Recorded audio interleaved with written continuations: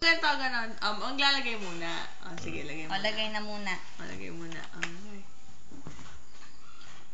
Paano? Pagkatapos lagay. Tapos, ano gagawin? Ay, hindi! Ano muna gagawin sa labi? Ganon. Paano? Ganon. Eh. Paano ang sad? Agam. Meron na si Mama. Ikaw. Ano?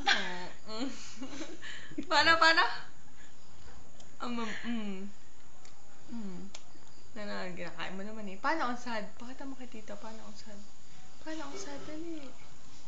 Paano sad? Paano sad? Ubus na yan. Dali, Bigyan mo na yan kay Tita Ann. Okay na. Sad. Paano sad? Paano ang sad? Pakita mo kay Tito. Ano pa?